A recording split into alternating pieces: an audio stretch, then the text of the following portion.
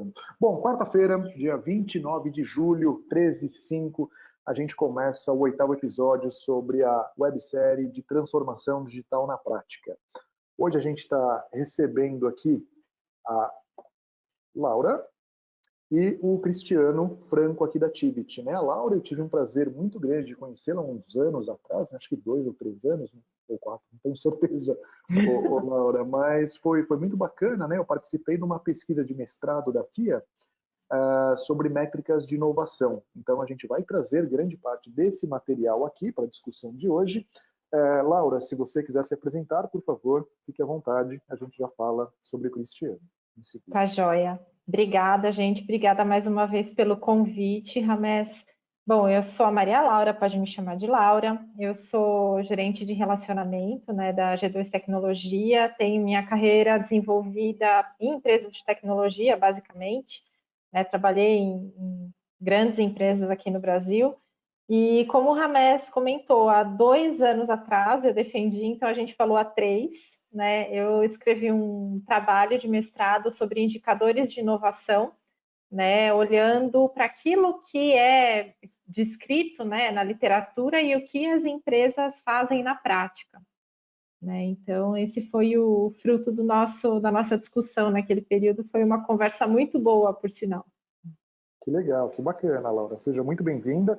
Laura, acho que a gente não conversou sobre isso no passado, mas super aberto aqui também, tá? Se você se sentir à vontade ou confortável em abrir quais as empresas que participaram aí dessa pesquisa, mas fica a seu critério, tá? Acho que na verdade, não tem muita necessidade, né? Mas caso as pessoas aqui tenham curiosidade de como essas métricas, né, permeiam as principais empresas de tecnologia que trabalham com inovação no Brasil, talvez seja interessante. Não, claro, estou à disposição. Bom, boa tarde. Legal. Boa tarde, Cristiano, seja muito bem-vindo. Se quiser se apresentar rapidamente, fique à vontade. Boa tarde, Ramés, Laura. Obrigado aí pelo convite. Parabéns pela iniciativa mais uma vez. Grande prazer ter a Laura aí compartilhando conhecimento acadêmico com a gente. Bom, eu sou o Cristiano, estou aqui na Tivit nessa jornada aí, né, junto com outros colegas, incluindo o Ramés, processo aí de ajudar grandes empresas, né, como uma plataforma habilitadora de transformação digital, né, ou seja, como é que a gente ajuda de fato essas empresas caminharem, né, inovarem, enfim, buscarem realmente implantar um processo de transformação.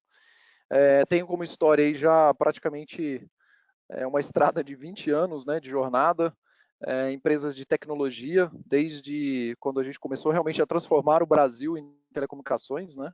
Eu estava brincando com a Laura um tempo atrás que a primeira internet a gente ainda tinha que brigar para ter um telefone, né? Investir um grande dinheiro para isso. Eu fiz parte dessa história de construir as telecomunicações do Brasil. E agora, assim, em grandes empresas, né, a gente tem ajudado aí, né, nesse processo, nessa jornada de transformação. Então, uma boa tarde aí pra gente e espero que a gente tenha um debate aí bacana aí. Bacana. Seja muito bem-vindo também, Cristiano. Bom, para quem não me conhece ainda, eu sou o Ramés. Acho que a gente vai ter um tempinho a mais aí, acho que praticamente 1 hora para conversar um pouquinho e vocês vão entender um pouco mais sobre mim. Mas eu costumo dizer que eu sou uma pessoa muito curiosa, inquieta e que busco trazer todos os conhecimentos aí que eu tenho, tanto academicamente como profissionalmente. Sempre trabalhei com a internet, né, com essa comunicação digital e tecnologia, e procuro mesclar, fazer um mashup de tudo isso para gerar cada vez mais valor utilizando as tecnologias emergentes. Bom, seguindo aqui, a gente convida a todos para participarem aqui com perguntas e respostas por meio do Slido. Para quem não conhece, é uma plataforma aberta, tá, de perguntas e respostas, de Q&A.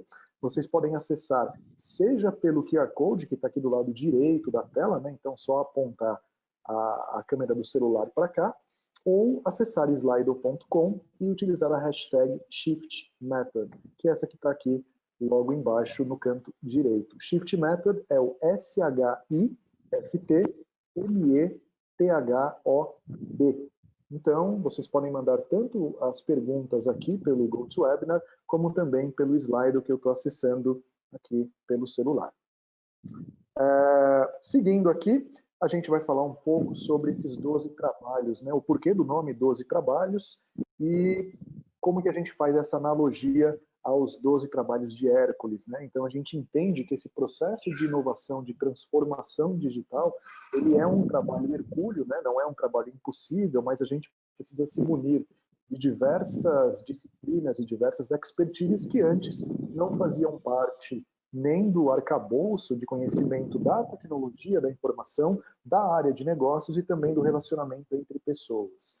Então, o formato aqui que a gente tenta estabelecer com o Shift Method é uma grande união entre a agilidade do negócio, entre as práticas de engenharia de software, né, de tecnologia do desenvolvimento, e também do comportamento humano, para que a gente consiga ser cada vez mais assertivo, gerando otimização e escala para negócios.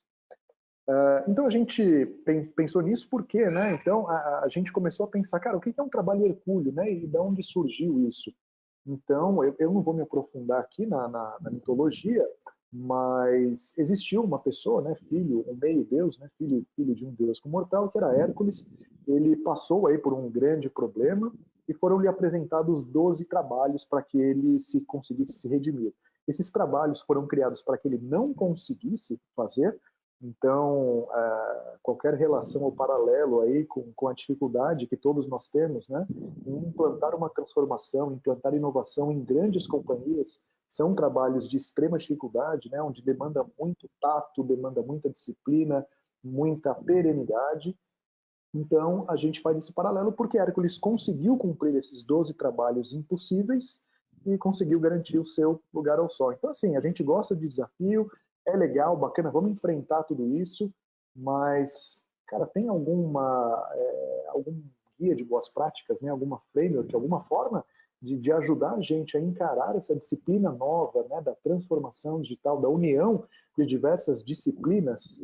Fui pensando nisso que a gente lançou, né, o Shift Method, e ele busca dar uma estrutura de aprendizado a todas essas buzzwords que a gente encontra no dia a dia, né, que é vocabulário comum aqui de todos nós, seja na troca entre colegas, entre amigos, ou até em artigos, estudos que a gente acompanha aí no dia a dia. Então muita gente fala, pô, não, eu tenho que fazer, olha só, hein, eu vou tentar desenhar um pitch aqui de alguns segundos, utilizando palavras aleatórias desse arcabouço aqui de buzzwords. Então, assim, olha, eu preciso implantar a inovação por meio da metodologia Lean, porque no mundo VUCA, a agilidade dos negócios precisa ser mais ágil para gerar um engajamento e mais performance por meio de dinâmicas de design thinking apoiadas na estratégia de analytics para que o impacto na audiência de millennials seja mais adequada para a indústria. Gente, peraí, faz algum sentido tudo isso que eu falei?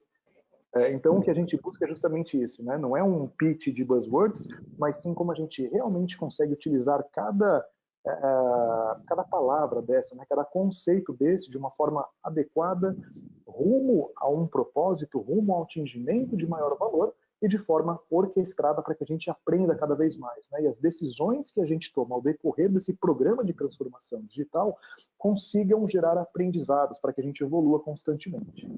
E a gente pensou nesse Shift Method, que é um método de mudança, né? Na verdade não é nem um nome comercial, mas uma tradução muito prática, que soa muito bem, inclusive, do que a gente se propõe a fazer aqui.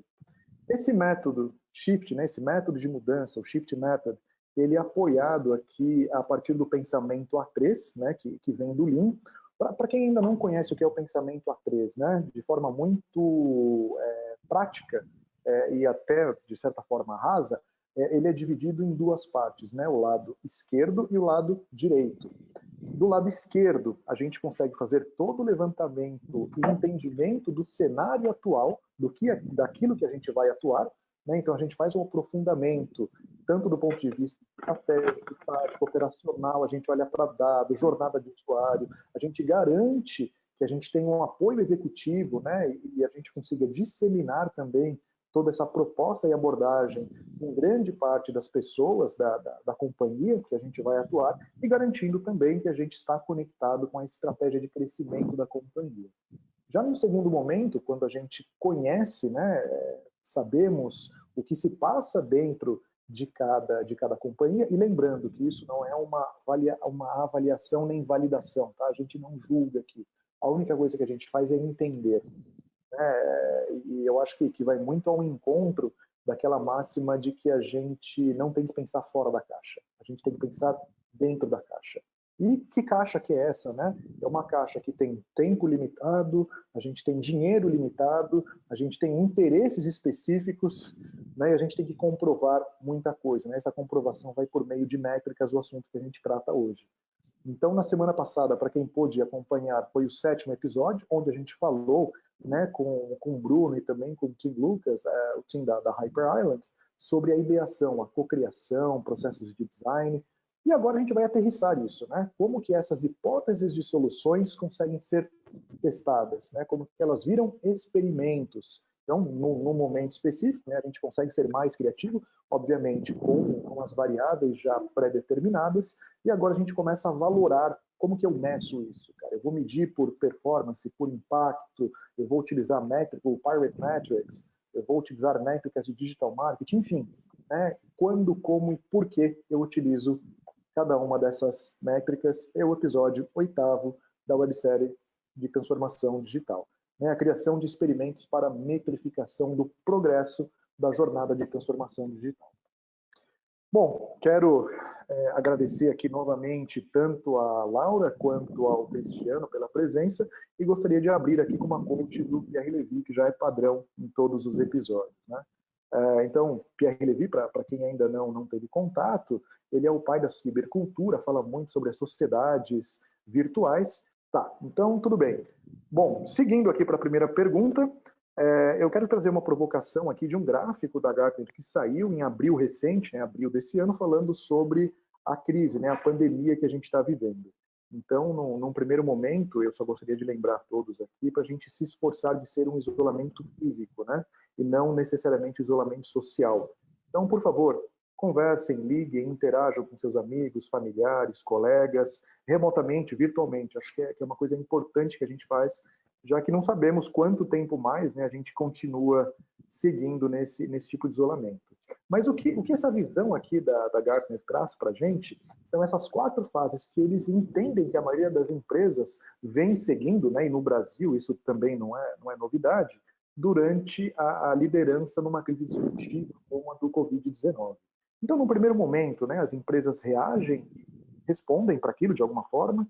Então, a gente pode notar, por exemplo, o trabalho remoto, né, o home office, que é comum aqui para grande parte do público que está assistindo. A gente fala do momento 2, onde a gente começa a redirecionar para novas realidades, a gente sabe que começa a surgir esse novo normal, a gente começa a fazer um planejamento mais crítico para o futuro, né? Sabemos que esse futuro será diferente, a gente acelera as oportunidades e num dado momento a gente está muito melhor daquilo que a gente estava antes, né? Inclusive o Fórum Econômico Mundial, ele traz uma hashtag muito bacana, né? Que é o The Great Reset, sugerindo que é o momento de a gente repensar a nossa relação com as pessoas, com negócios, com empresas e assim por diante. Então, é uma oportunidade bacana, visto aqui tanto pelo Gartner, né, quanto o World Economic Forum, para que a gente repense a nossa vida.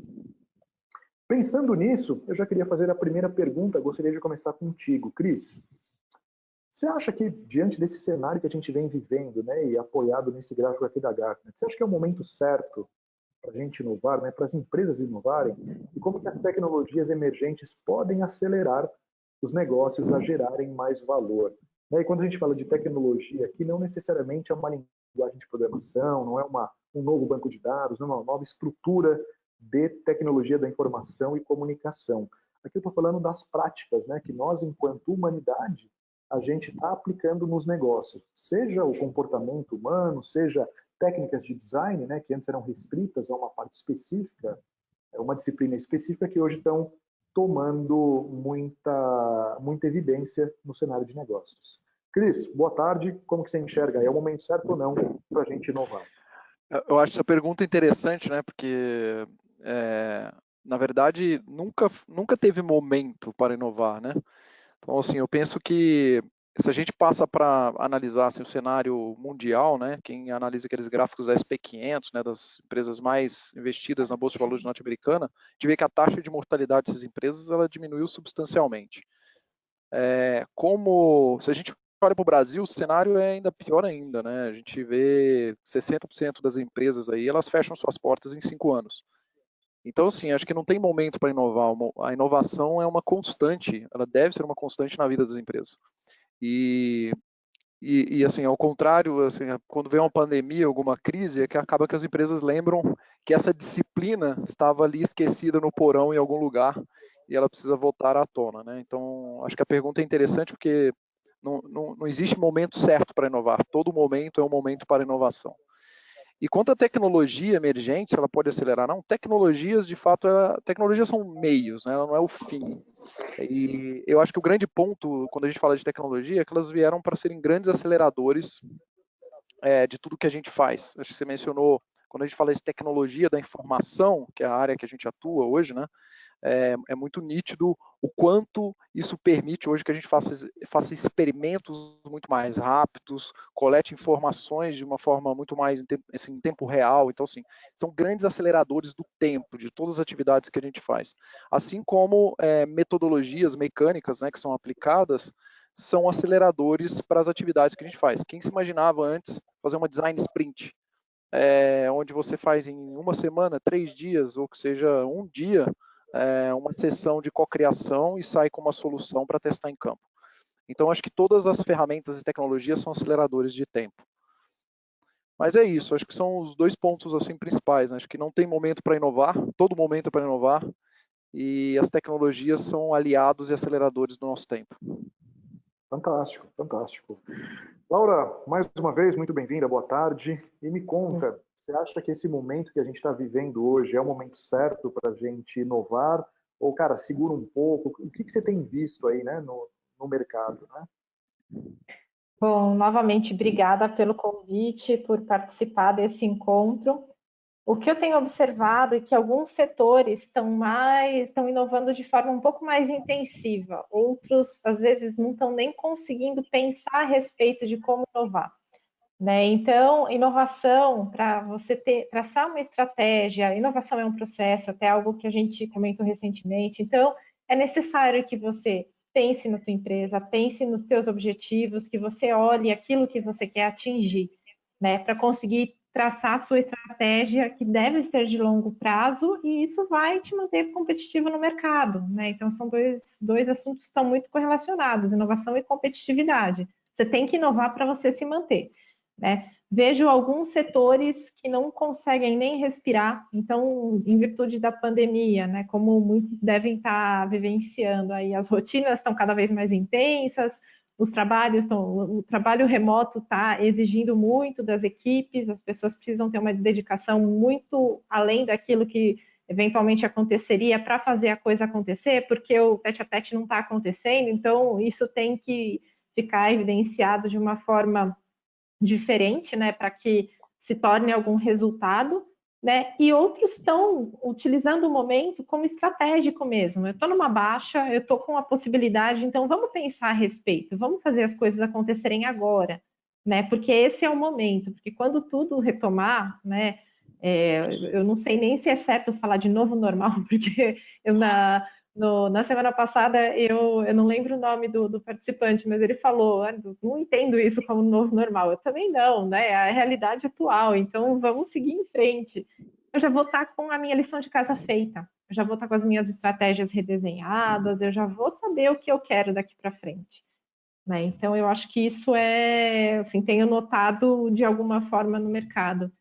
E como o Cristiano falou, quando a gente pensa em tecnologia, né, como elas podem acelerar, acho que todo novo processo, toda nova forma de se fazer alguma atividade é um acelerador. Seja uma tecnologia, né, por exemplo, investir em projetos de internet das coisas, isso vai te trazer algum resultado, de que forma? Então, assim, tudo pode se tornar um acelerador para o teu novo momento, né, que a gente que a gente vai enfrentar. Basta que aquilo esteja condizente com as tuas estratégias, né? Com o teu momento, com aquilo que você busca como negócio. Perfeito, perfeito. Eu acho que assim, né, corroborando um pouco aí, tanto do que o Cris quanto a Laura disseram, eu acho que sim, é o momento certo de inovar, tá? Eu sou uma pessoa muito otimista, né? Quem me conhece um pouco mais sabe disso. Não que eu fuja de problemas, mas prefiro encará-los e passar por eles para que a gente conquiste algo melhor, né? E uma coisa que me chama muito a atenção é o cenário de pós-guerra que a gente tem historicamente, né? Grandes invenções, obviamente, que as guerras em si que nós provocamos, né? Ou os problemas que a gente teve aí, seja com a natureza, a gente procura sempre ter uma resposta muito rápida e às vezes a gente acaba perdendo muitas vidas, como no caso da Covid.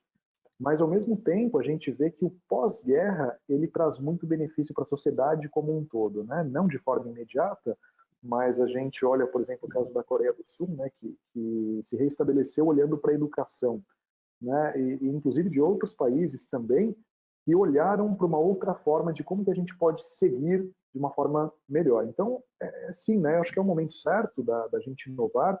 A gente precisa inovar, né? Muitas indústrias. Então, a gente pega, por exemplo, indústrias aí da alimentícia, né? Restaurantes, bares, enfim. Meu amigo, precisam se inovar. Assim, acho que não é uma escolha necessariamente. Eu vou ou não vou, continuo desse jeito. Não, você tem que fazer. Então, esse é um momento muito propício, bem como a Laura comentou, de você se replanejar. Cara, legal, temos uma nova realidade, né, que deixa de ser o novo normal, mas é uma nova realidade já instalada. Eu preciso me readequar para isso. Então, mais uma vez, a gente traz a questão que a gente trata bastante, né, na transformação digital, que é a adaptação. Cara, qual que é a minha capacidade de me adaptar aos movimentos externos? Então, a inovação é justamente isso, né? É se adaptar da melhor forma e com maior velocidade e aprendizado dos cenários externos e internos que são apresentados. Então, corroboro aqui, acho que sim, né? É o momento certo da gente inovar, sem dúvida. Legal, gente. O Aquece, muito bacana. Passando aqui para o próximo tema, eu queria trazer aqui um consolidado. Maria Laura, mais uma vez, muito obrigado aqui pelo material. Esse daqui é um consolidado de uma parte do trabalho de mestrado da Laura sobre os indicadores de inovação que a academia nos traz, né? Então, eles são divididos aqui em 5 grandes clusters, né? Não vou passar por todos eles, mas enfim. Então, eu tenho aqui econômico, financeiro, produto, organizacional, processos e mercado.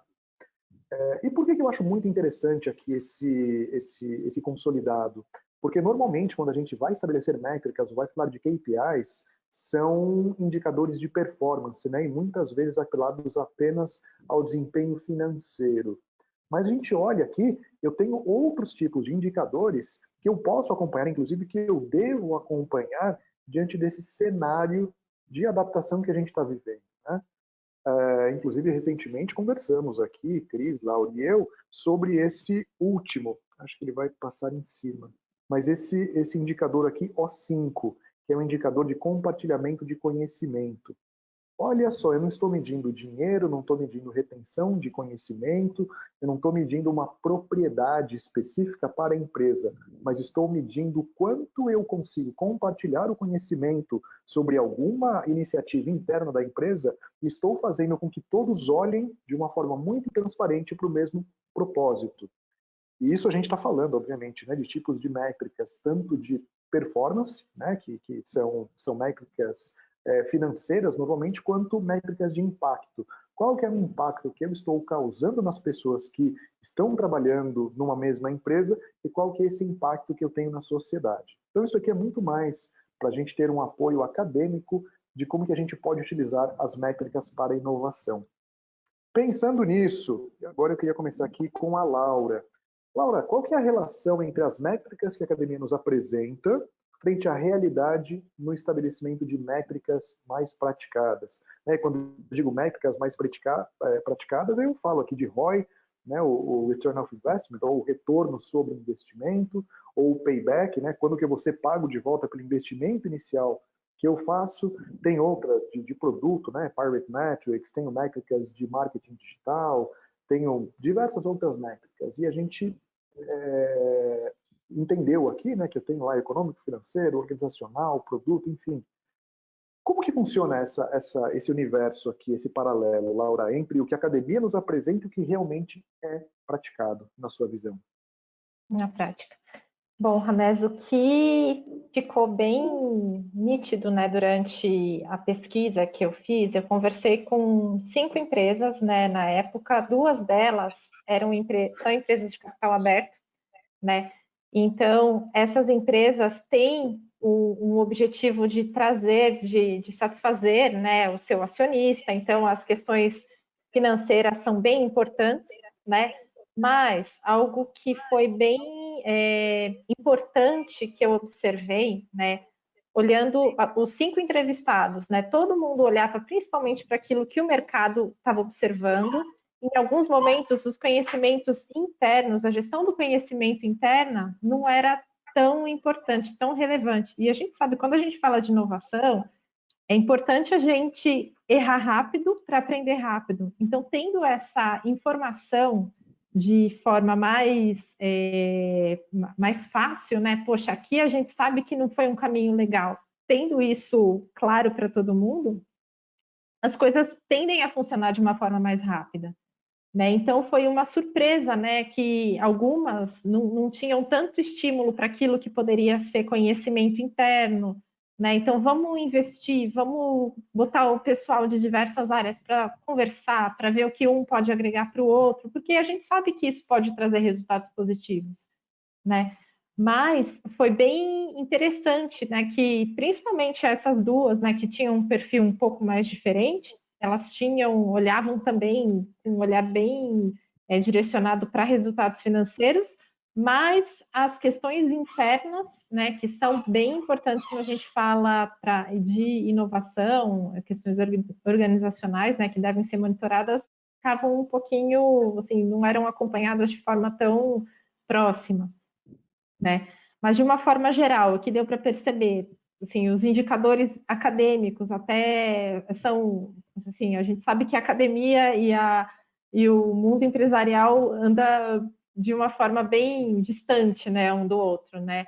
Mas de alguma forma os indicadores que foram apresentados, né, que esses que foram extraídos, são indicadores bem até básicos e certamente muitos autores estrangeiros, né, estavam no trabalho. Assim, a gente olha o cenário Brasil, olha o cenário mundo, é diferente, né? A gente pensa quantos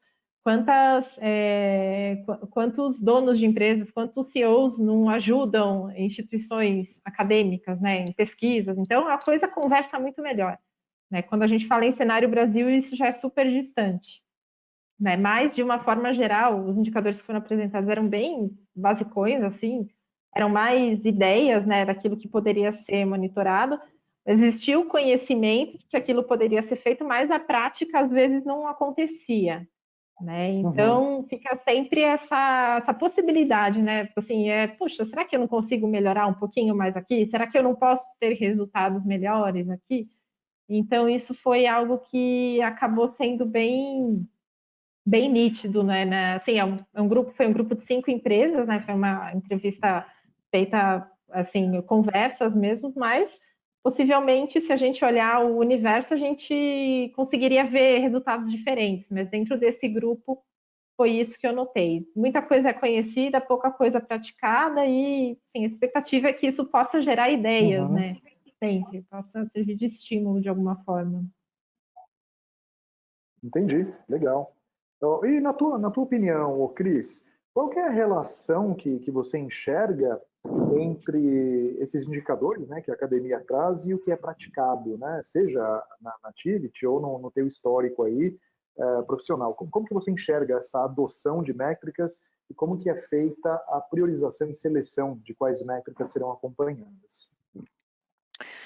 Olha, o que a gente observa ainda, pelo menos em grandes empresas, que a gente pode chamar assim de incumbents, né, as empresas mais tradicionais ou que têm um grande domínio de mercado, né, são métricas ainda muito tradicionais. Poderia separar assim, o mundo em velha economia, ou podemos dizer velha, né, uma economia mais tradicional, uma nova economia. Os indicadores tradicionais são aqueles que estão acostumados. Todo lugar que você vai é importante a questão do impacto financeiro, o resultado, o retorno sobre o investimento. Acho que você comentou aqui várias métricas financeiras. Mas o grande ponto que a gente vê na nova economia, que a gente chama, né, que onde a gente está tentando resolver grandes problemas e o impacto que a gente pode gerar, é que aparecem essas questões das novas métricas. Quem imaginava, por exemplo, um WhatsApp que gerava zero de receita, ou seja, como a gente vai falar em retorno sobre investimento, foi uma empresa vendida, diria até hoje, barata, né, para o Facebook, por 16 bilhões de dólares. Então, se a gente pensar o impacto que uma empresa dessa gera hoje, até é controverso, né, no momento que a gente está vivendo de novos meios de pagamento no Brasil, onde o Facebook quer entrar, né, e tem uma discussão, por exemplo, com o Banco Central, pelo impacto que ela pode gerar como novo meio de pagamento. Então, que métrica é essa, né? Que nova métrica é essa? Quando a gente para pensar nesse novo mundo digital e a gente olha para a inovação, a métrica que a gente está falando de impacto no negócio, no problema que eu estou tentando resolver, ela deveria ter um valor muito maior do que uma métrica tradicional, porque é isso que vai aumentar o valuation da sua empresa no futuro, né? E quando a gente olha métricas mais tradicionais, a gente está falando de curto prazo, né? Não de longo prazo, não de uma empresa que tem um potencial de futuro. Então, assim, na prática, o que eu estou querendo dizer é que as empresas mais tradicionais, né, ainda usam muito das métricas tradicionais para gerir seus negócios e que, de novo, são importantes, mas usam muito pouco novas métricas de impacto, né? Assim, realmente, o que eu estou desenvolvendo e gerando de impacto. Eu acho que a linha da realidade, né, praticada é um pouco dessa, ainda que a academia traga muitas métricas novas, né? Quando a gente olha long time value, lifetime value, perdão, LTV, quando a gente olha NPS, ainda são poucas empresas adotando práticas ou métricas novas, que de verdade deveria estar olhando mais para o futuro e mais para o impacto de inovação no futuro. Mas enfim, acho que é uma coisa a refletir, né? Não só olhar para métricas tradicionais, como a Laura comentou, né? Que tem um rol de métricas aí, mas sim olhar para coisas realmente de impacto. Perfeito, muito bom. Eu queria deixar os meus 2 centavos aqui, né? Então, assim, o estabelecimento de métricas, né, pelo que a gente inclusive defende, né, no Shift Method, não é uma questão de escolha, eu vou medir só o ROI, vou medir o payback, e de repente eu vou medir, sei lá, o O5 lá, que é o compartilhamento de conhecimento. O que a gente propõe, né, é o estabelecimento da causalidade. Ou seja, quando eu estou falando que eu preciso estabelecer uma métrica específica, seja para um produto, para uma hipótese, ou inclusive para um experimento, né, um experimento em criação, e depois realmente ele vira uma solução, vira um produto em si, a gente tem que ter as coisas muito conectadas, né? E tudo começa do entendimento dos desafios, né? Então a gente passou lá naquele primeiro momento do Shift Method. Cara, como é que eu compartilho a abordagem, como eu dissemino, né? Garanto o patrocínio executivo, como que eu vou entender os dados dentro da empresa, os épicos estratégicos, como que eu conheço quais são os problemas raízes, né, que me impedem de chegar no objetivo que a gente traçou, né, nesse grande objetivo. A partir de todo esse aprendizado, a gente consegue, de uma forma muito assertiva e muito mais contundente, elencar quais são as métricas de acompanhamento para a inovação e para a jornada de transformação digital. Então, assim, um conselho aqui que eu gostaria de compartilhar com todos é justamente esse. Escolher uma métrica sem estabelecer uma relação de causa e consequência direta, né, num processo engajado e disseminado entre todos, vai ser só mais uma métrica, né? Ela não vai causar uma necessidade de acompanhamento, nem vai direcionar as atividades de crescimento, né, de growth hacking, ou de growth hacking para aquele produto ou para aquela iniciativa. Então, acho que assim, né, existe uma dificuldade, né, de estabelecer o paralelo das métricas acadêmicas com o mundo profissional, mas acho que a melhor forma de fazer isso é aprendendo, né, passo a passo, é conectar a necessidade de metrificação com um propósito a ser atingido. Bacana, gente. Deixa Som de eu dúvida. passar aqui. Eu queria só comentar uma coisa em cima disso, Rames. Eu acho que você falou de métricas acadêmicas, né? Eu gosto muito aqui na Tivit a gente tem usado também, né? Os OKRs, né? Os famosos OKRs. E você falou de propósito, né? Então, como a gente cria realmente uma conexão né, a um grande propósito, né, seja para uma iniciativa, seja para uma área, seja para uma subdivisão, e com base nisso a gente desdobra em objetivos claros, né, e ações, né, que a gente chama aqui de Key Results, ações que estão alinhadas a tudo que a gente está fazendo em direção daquele propósito. Parece, as pessoas têm um misticismo assim, mas essas métricas surgiram agora, né? Mas se a gente parar para pensar, os OKRs, a origem dele mesmo foi do Andy Grove, na época da Intel. Então, assim, a Intel é uma empresa da década de 70, né? Foi o grande pai dessa ferramenta, vamos dizer assim, né? Para metrificar propósitos. E depois muito aplicada, acabou ficando famosa aí por ser aplicada no Google como um todo, né? Então, acho que a gente estava falando aqui de tecnologia no primeiro slide lá, eu acho que é uma mecânica interessante para também ser aplicada. E como você falou, acho que vai gerar muito aprendizado, não vai dar certo talvez a primeira vez, a segunda tentativa e por aí vai. Sem dúvida, né?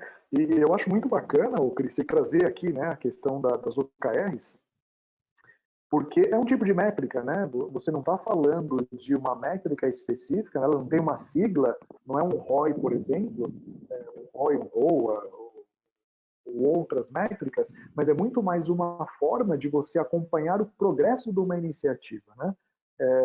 Tem uma máxima lá da Marissa Mayer, lá, eu não sei se ela está no Yahoo ainda ou não, mas ela dizia muito, né? Se não tem número, não é métrica, né? Não é uma key result. Né? Então, eu acho que desenhar OKRs, né, desde o ponto de vista de objetivo, que é um pouco mais intangível, né, para as key results que são tangíveis, o desenho e construção, né, de OKRs é uma arte, gente. Então, assim, cada palavra ela tem que ter um propósito, ela tem um significado, cada conector, né, cada preposição, ela funciona para uma determinada mensagem que quer ser passada, né? E além de tudo, além dela poder ser medida constantemente, ela não pode gerar dúvidas para ninguém. Todo mundo sabe do que se trata aquela iniciativa e, na melhor das hipóteses, né, como eu me conecto nessa iniciativa. Então, muito bem lembrado aí, Cris. Tem razão. Maria, algum ponto ou seguimos aqui? Maria Laura. Não. Pode seguir. Legal. Cris, começando contigo, meu caro. Como priorizar as métricas de impacto e performance nas iniciativas seja de inovação ou transformação digital, né? Esse daqui a gente pegou emprestado, né, esse tema aqui da própria Microsoft, né? Ela mede algumas coisas por impacto e performance, algumas iniciativas internas e com parceiros e clientes também com impacto e performance. Aqui por impacto a gente está falando, é mais fácil falar de performance primeiro, tá? De performance, a gente está falando da performance financeira que a gente tem com determinada iniciativa, né? E tem várias formas de você controlar essa performance financeira, seja por meio de margem bruta, margem líquida, o EBITDA, SG&A, enfim, tem algumas formas de acompanhamento dessa performance financeira e eu também tenho que acompanhar o impacto, né? Qual que é a percepção que o cliente ou tem sobre meus serviços, sobre meus produtos. Como que a gente mede essas duas coisas? Obviamente que elas andam lado a lado, mas como que eu priorizo, né? E quando que eu escolho uma frente à outra? Na sua opinião, Cris, o que você acha disso daí, cara? Como que eu priorizo? Bom, hoje assim, e performance? falando de empresas digitais, né, que já estão inseridas em um contexto digital, a grande maioria dessas empresas trabalham, acho que a gente começou aqui o contexto dizendo sobre hipóteses, né, mas trabalham num levantamento muito grande de hipóteses, e essas hipóteses a gente pode dizer que são apostas, né, são grandes apostas. Obviamente, buscando atingir um objetivo. Então, se eu parar para pensar assim, o grande objetivo já é uma métrica, né? Cada hipótese dessa, que é vamos dizer assim, um salto de fé, é uma possibilidade de dar certo, de atingir aquele grande objetivo, ela também tem que ter alguma métrica associada, dado aquele sucesso que eu estou buscando. Então, assim, eu posso usar diversas ferramentas aqui para enfim, para priorizar essas métricas. Eu posso ter um conjunto de hipóteses muito grandes. Aliás, quanto mais hipóteses eu tiver, melhor, né?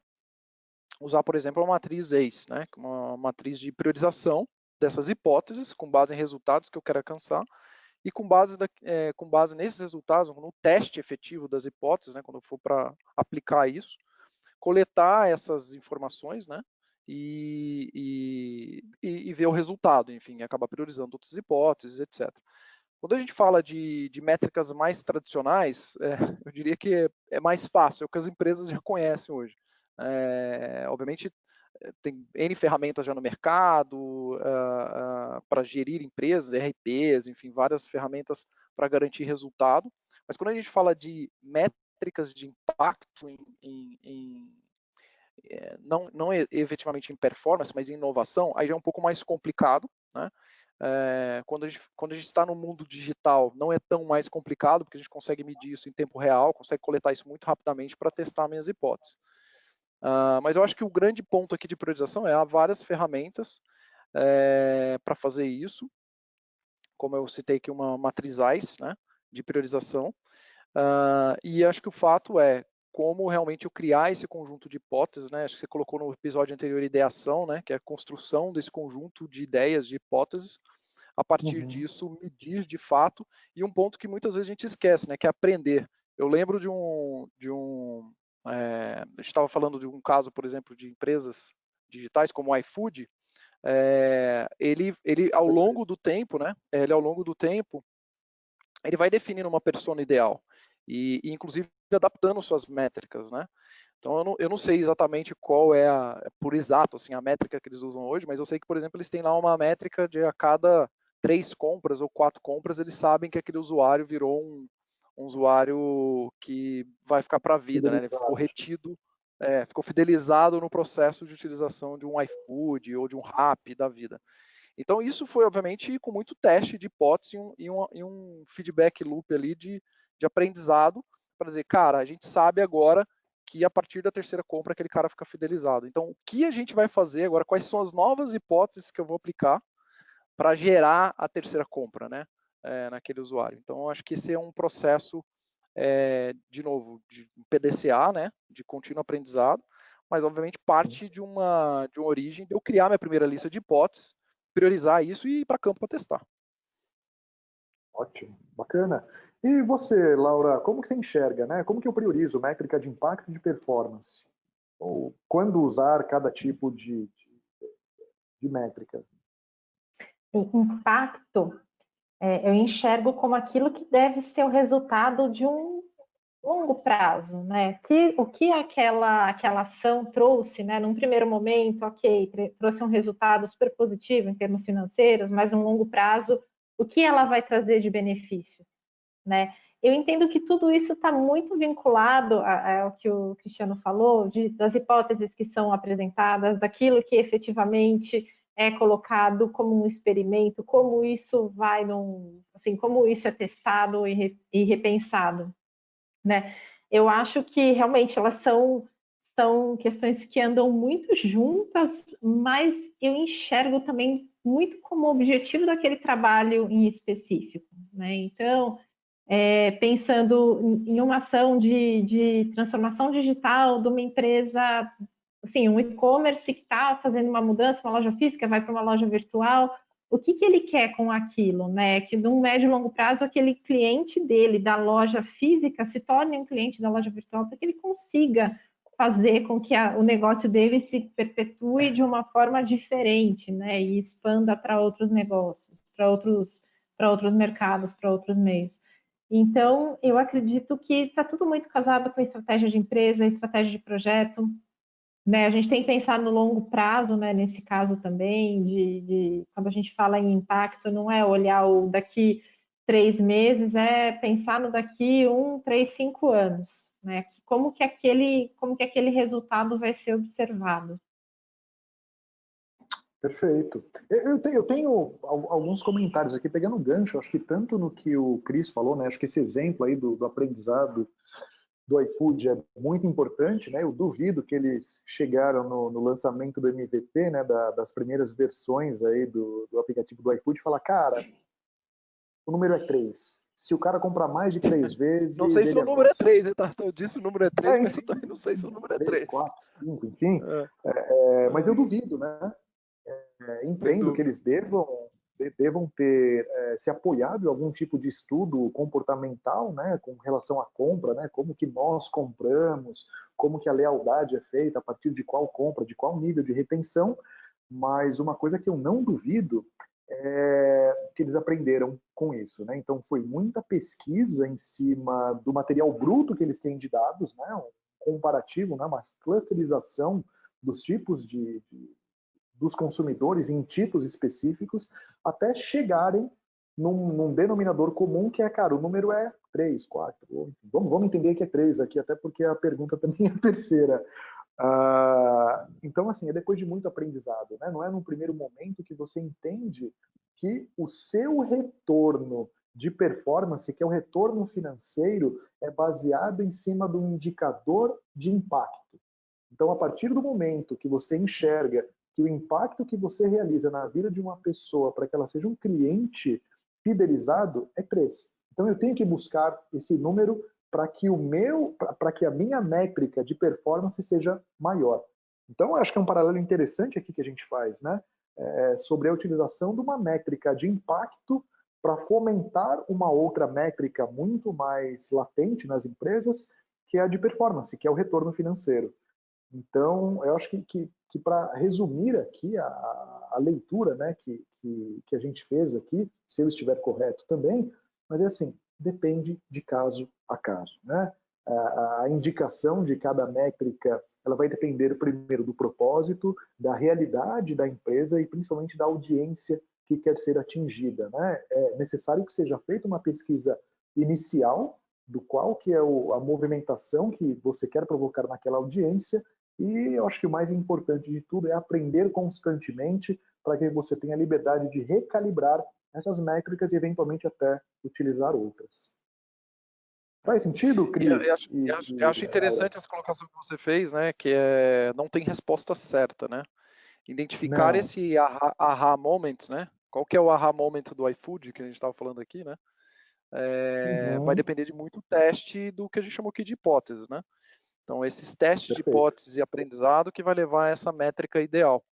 E isso é bastante interessante, né? Que acho que, de novo, falando da tecnologia, ela permitiu a gente acelerar testes de hipótese no mercado, quando a gente está falando num momento mais digital, e também para outros momentos, né? Mas a tecnologia está aí para acelerar esses testes.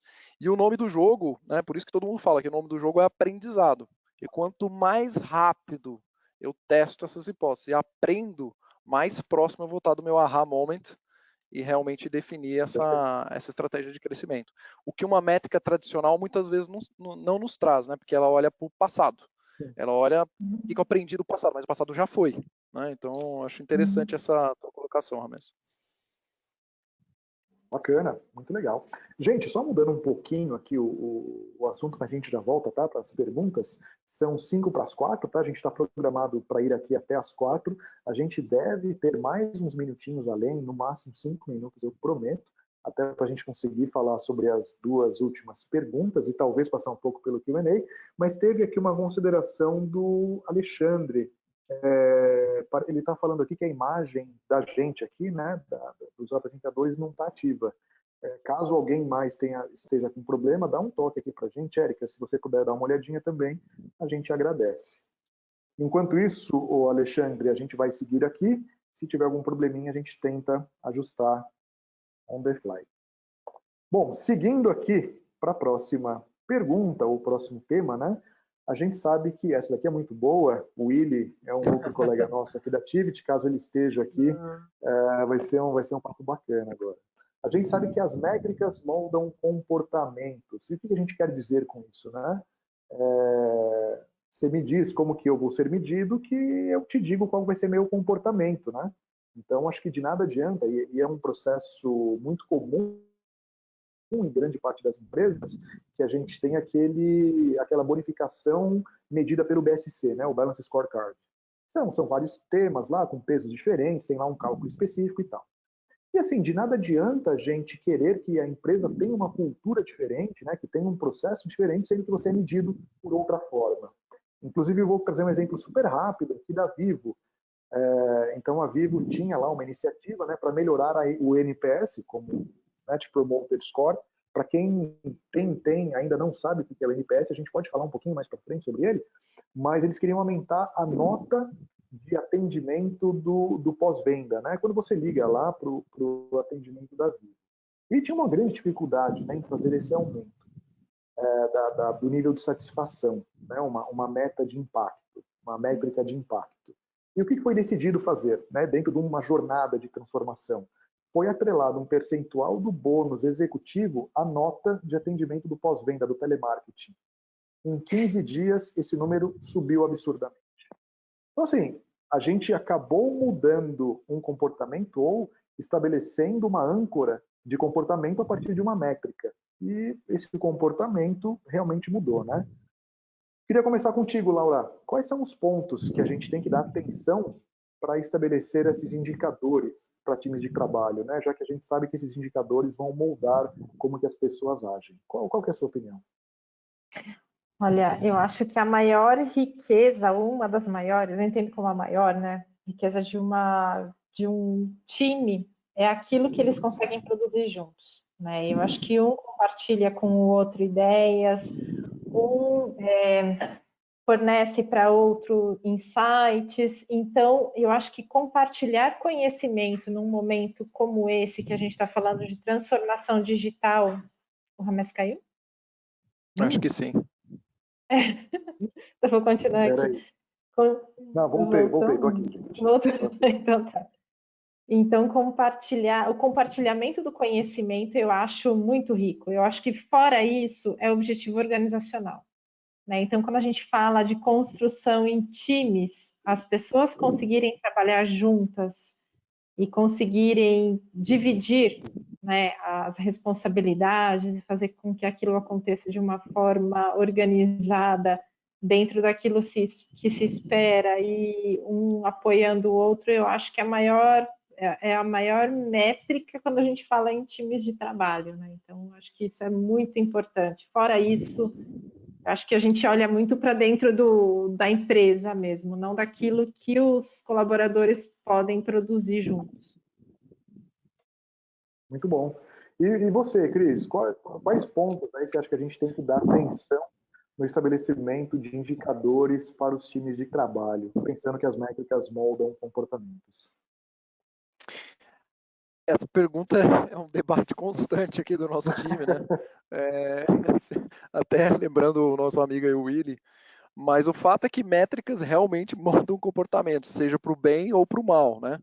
Se você ler o livro de OKRs, né, que de novo, né, que é Measure What Matters, né, medir o que importa, né, medir o que importa. Uhum.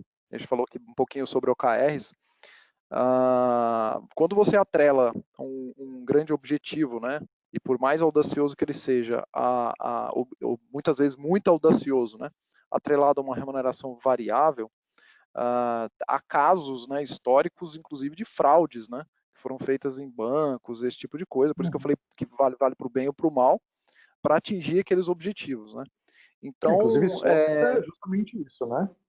exatamente. Então, acho que Uhum. esse ponto, né, de pensar muito bem o que você está colocando para o teu time. Eu gostei do que a Laura falou, né, a gente citou aqui a questão da inteligência coletiva, né?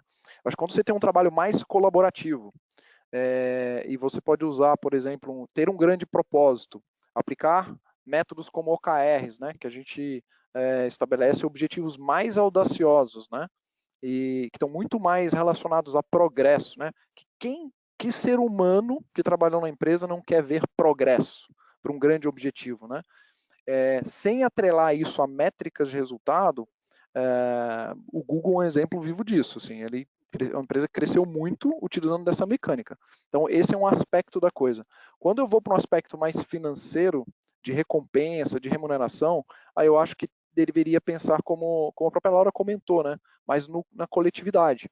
Porque se eu tenho um objetivo bem alinhado, se eu tenho um propósito muito claro para a organização, né? Uma visão muito clara, e está todo mundo comprometido com aquilo, um grande impacto, né, de resultado da companhia pode se reverter a uma remuneração variável. Então, eu acho que tem que saber dosar esse conjunto de métricas. Acho que métricas muito específicas para um objetivo, que podem ser quebradas para a organização, e um conjunto de métricas mais voltadas a resultados. Justamente por quê? Porque se você atrelar todas as métricas a bônus, né, a compromisso financeiro, ela tem que lembrar que ela vai valer para o bem ou para o mal. Então, que comportamento que a gente espera dessas pessoas para o bem e para o mal. Muito bom, bacana. Gente, esse daqui eu não vou fazer muitos comentários não, porque a gente já passou um pouquinho da hora aqui, ó. São 4h03. Eu vou pedir mais 2 minutinhos para vocês aqui. Infelizmente a gente não vai passar por Q&A, mas a gente passa aqui pela quinta pergunta e depois tem o encerramento, aqui as considerações finais dos nossos convidados. Bom, Laura, começando por você. Quando, na tua opinião, né, quando que você acha que a gente deve repensar as métricas estabelecidas no planejamento estratégico? Então, vou dar um exemplo aqui.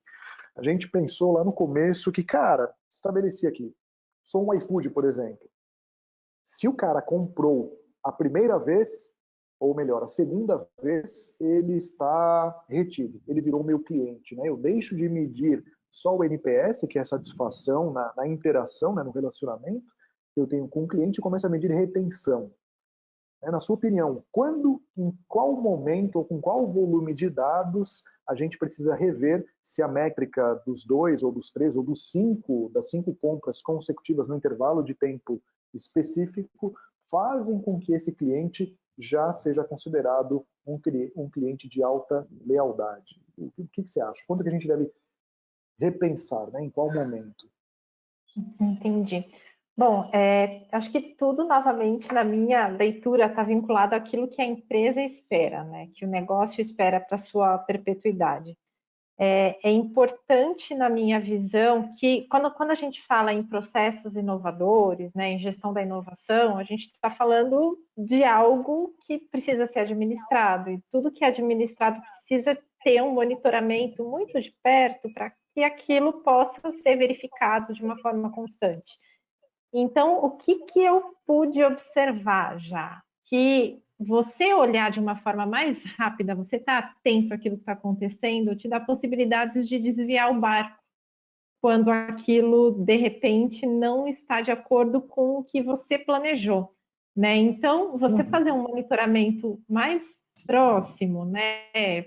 Acho que a periodicidade vai depender de caso a caso também, mas eu já ouvi, né, de executivos, olha, a gente tem uma conversa mensal para saber como as coisas estão acontecendo, o que de repente pode ser alterado para que a gente consiga atingir aquele objetivo que foi traçado, né? Então, eu acho que prazo, assim, vai depender de cenário a cenário mesmo, porque cada um vai ter uma estratégia de longo prazo. O importante é estar atento ao que está acontecendo. Não dá para esperar, eventualmente, no final do período que foi pré-estabelecido, não, daqui 2 meses a gente volta a conversar. Chegar no dia 39 e falar, putz, isso aqui não está dando certo. Né? Então, já não estava dando certo lá atrás. Então, acho que o olhar atento, constante, faz muito sentido. Quando a gente fala em mudança de planejamento e em repensar métricas, eventualmente. Legal. Na tua opinião, Cris, quando que a gente deve aí reavaliar essas métricas já estabelecidas no momento zero? No momento de falar, vamos olhar para isso. Quando que a gente deve rever? Rames, essa é uma pergunta legal também. Assim, eu adotaria um dos valores da agilidade, né? Que chama-se adaptação. Então, quando é sempre, ou pelo menos, acho pegando o que a Laura falou, né? Recorrentemente. Porque não é um buzzword, é uma realidade, né? É só ver o que aconteceu com a gente na questão da pandemia, né? A nossa única certeza é a questão da mudança. O grande problema que eu vejo quando a gente fala em quando devemos repensar as métricas, é que muitas companhias elas ficam presas às métricas traçadas ao longo do ano e não querem mudar de jeito nenhum. Então, não, foi definido isso, vamos até o fim, né? Então, voltando até a pergunta anterior, né, de métricas moldam comportamento, não, ninguém vai mexer no meu bônus e tal. Mas o fato é ficar insistindo em métricas estabelecidas que já são passado. Vou dar um exemplo prático, né, que aconteceu com a gente mesmo. Nós somos uma área aqui de digital, né, na Tivit, e a gente está, enfim, está construindo um novo espaço físico para a gente. e a gente chegou a alocar 4 andares desse espaço físico novo, né? E que nos fez a repensar uma estratégia, assim, né, considerando um novo cenário, considerando que a gente lançou todo um novo planejamento agora de trabalho remoto, home office, etc. Faz sentido os 4 andares? Não, vamos renegociar, vamos construir um espaço menor. A gente até brincou que eventualmente, quem sabe, nem teremos mais escritório, será só uma cafeteria, um ponto de encontro para a gente rabiscar o quadro, pegar post-it, enfim, fazer outras coisas. Mas o fato o mundo mudou, né? E a gente tem que repensar a nossa estratégia. Quando eu falo repensar a nossa estratégia, é não ficar preso às métricas que inicialmente a gente pensou. Se a gente parar para olhar o que prega, né, a literatura também, quem leu o livro lá do Eric Rice, né, o Lean Startup, sabe que eles estabeleciam inclusive uma reunião que eles chamavam de reunião de pivots, né? Que momento que eu preciso pivotar aquilo que eu estou fazendo. E ele estabelecia lá uma reunião recorrente na sua companhia para dizer, cara, eu vou continuar insistindo para uma coisa que não está dando certo, eu vou mudar meu mercado, eu sou uma empresa B2C e agora vou atender o B2B, né? Enfim, eu tô vendendo de uma determinada maneira e agora eu vou fazer um freemium. Então, essas estratégias elas têm que ser recorrentemente pensadas. E eu acho que também de aprendizado, né, que a gente tem ou carrega na história, tem que tomar cuidado também, porque o excesso de pivot também pode levar para você para uma catástrofe, né? Então, alguma mecânica mínima, e acho que a Laura colocou bem, né, assim, estar antenado aos acontecimentos, e alguma mecânica mínima de tomada de decisão, de repensar a sua estratégia e, consequentemente, suas métricas, ela tem que ser estabelecida na companhia e sem pânico, né? Eu acho que é um fato, né? Por isso que eu falei assim, do valor da agilidade. No final do dia, eu diria, carregue este valor com você e, enfim, avalie o cenário novamente, né? Onde é que você está pisando, tome as decisões e siga em frente. Muito bem. Gente, eu vou guardar minhas considerações aqui para uma próxima oportunidade. Bom, vocês têm acesso aqui ao meu perfil, né? Quaisquer perguntas aqui, estou super aberto a gente trocar logo depois que a gente termina aqui necessariamente esse episódio do webinar.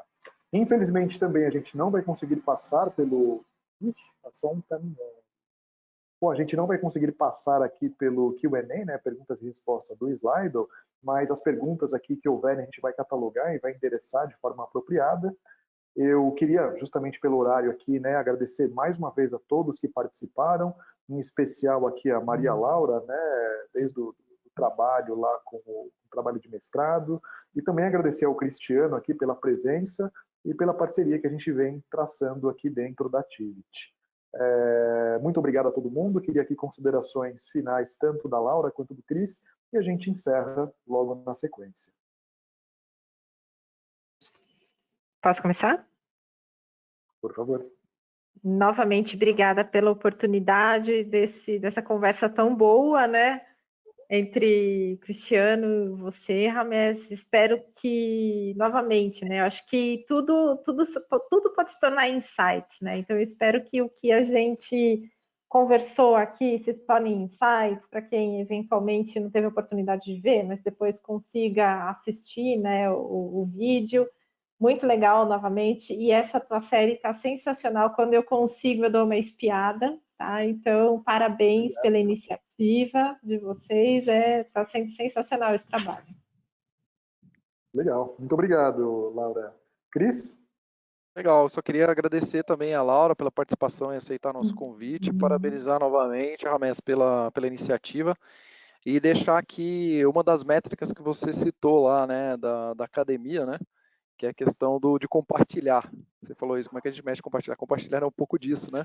E eu vejo que no Vale do Silício, né, cultura americana, as pessoas fazem muito give back, acho que é um pouco, né, disso, né? Como é que a gente traz para as pessoas ou compartilha um pouco de experiência, um pouco de troca mesmo, que vale a pena, como acho que a Laura colocou, né? Minimamente, acho que traz alguns insights para o nosso dia a dia. Valeu! Legal. Bom, Cris, muito obrigado. Laura, muito obrigado. Muito obrigado a todos que participaram. Muito obrigado também à Tivit, que vem apoiando aqui essa websérie. E também ao MIT Sloan Management Review, que está apoiando essa websérie.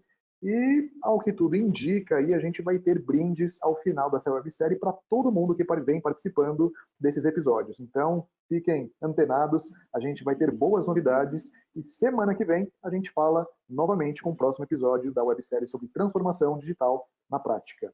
Gente, valeu, Cris, Laura, mais uma vez, muito obrigado e até semana que vem, gente. Tchau, tchau. Gente, obrigada. Tchau, tchau.